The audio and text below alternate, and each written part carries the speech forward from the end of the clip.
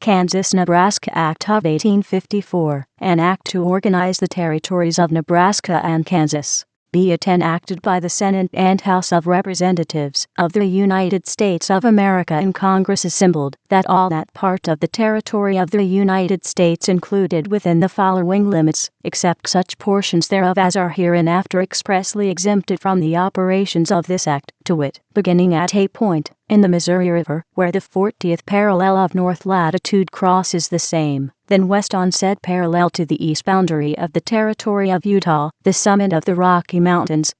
Thence on said summit northwest to the 49th parallel of north latitude, thence east on said parallel to the western boundary of the territory of Minnesota, thence southward on said boundary to the Missouri River, thence down the main channel of said river to the place of beginning.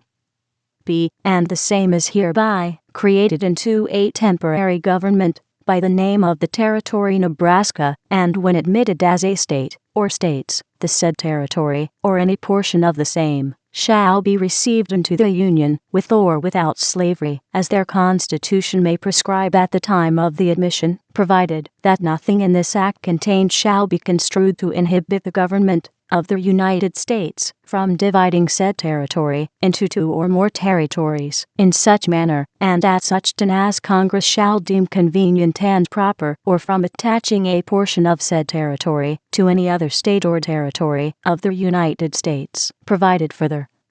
that nothing in this act contained shall construe to impair the rights of person or property now pertaining the Indians in said territory, so long as such rights shall remain unextinguished by treaty between the United States and such Indians, or include any territory which, by treaty with any Indian tribe, is not, without the consent of said tribe, to be included within the territorial line or jurisdiction of any state or territory, but all such territory shall except it out of the boundaries and constitute no part of the territory of Nebraska, until said tribe shall signify their assent to the President of the United States to be included within the said territory of Nebraska,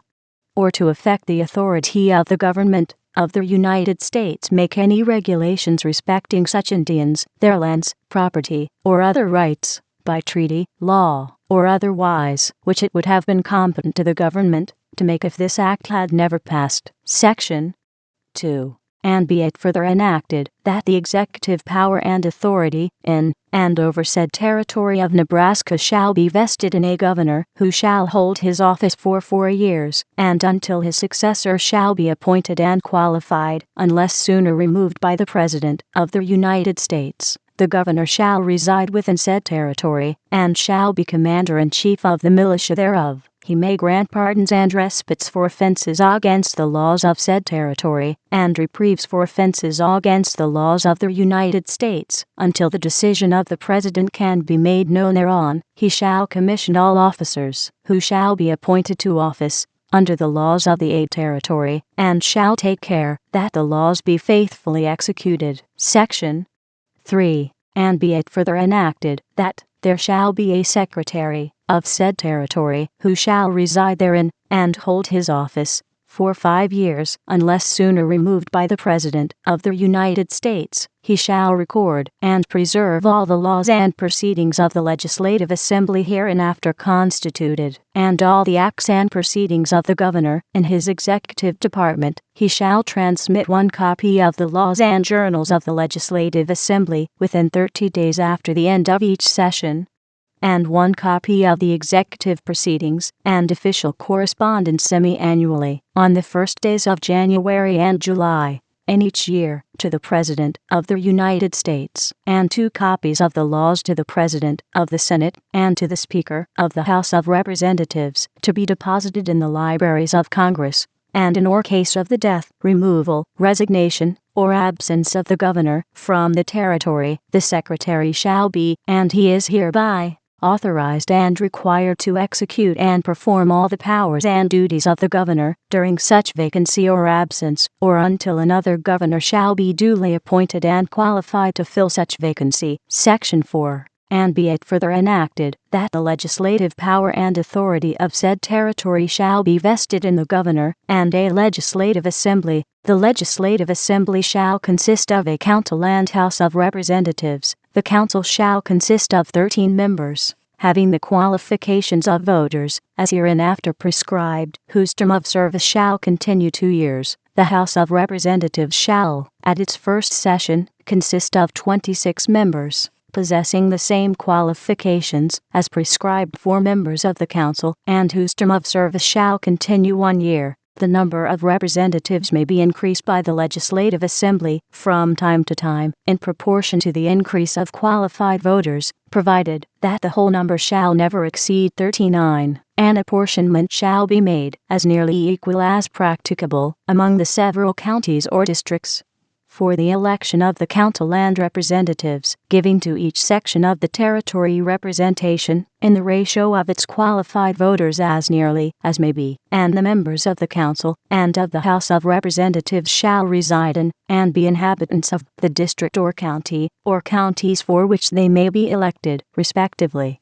Previous to the first election, the governor shall cause a census or enumeration of the inhabitants and qualified voters of the several counties and districts of the territory to be taken by such persons, and in such mode as the governor shall designate and appoint, and the persons so appointed shall receive a reasonable compensation therefor. And the first election shall be held at such time and places, and be conducted in such manner, both as to the persons who shall superintend such election, and the returns thereof, as the governor shall appoint and direct, and he shall at the same time declare the number of members of the council and House of Representatives, to which each of the counties or districts shall be entitled under this act. The persons having the highest number of legal votes in each of said council districts for members of the council shall be declared by the governor to be duly elected to the council, and the persons having the highest number of legal votes for the House of Representatives shall be declared by the governor to be duly elected members of said house, provided that in case 2 or more persons voted for shall have an equal number of votes, and in case a vacancy shall otherwise occur in either branch of the Legislative Assembly, the governor shall order a new election, and the persons thus elected to the Legislative Assembly shall meet at such place and on such day as the governor shall appoint, but thereafter the time, place, and manner of holding and conducting all elections by the people, and the apportioning the representation in the several counties or districts to the council and House of Representatives, according to the number of qualified voters, shall be prescribed by law, as well as the day of the commencement of the regular sessions of the Legislative Assembly, provided that no session in any 1 year shall exceed the term of 40 days, except the first session, which may continue 60 days. Section 5. And be it further enacted, that every free white male inhabitant, above the age of 21 years, who shall be an actual resident of said territory, and shall possess the qualifications hereinafter prescribed, shall be entitled to vote at the first election, and shall be eligible to any office within the said territory, but the qualifications of voters, and of holding office, at all subsequent elections, shall be such as shall be prescribed by the Legislative Assembly, provided that the right of suffrage and of holding office shall be exercised only by citizens of the United States, and those who shall have declared on oath their intention to become such, and shall have taken an oath to support the Constitution of the United States, and the provisions of this act, and provided further, that no officer, soldier, seaman, or marine, or other person, in the Army or Navy of the United States, or attached to troops in the service of the United States, shall be allowed to vote or hold office in said territory, by reason of being on service therein,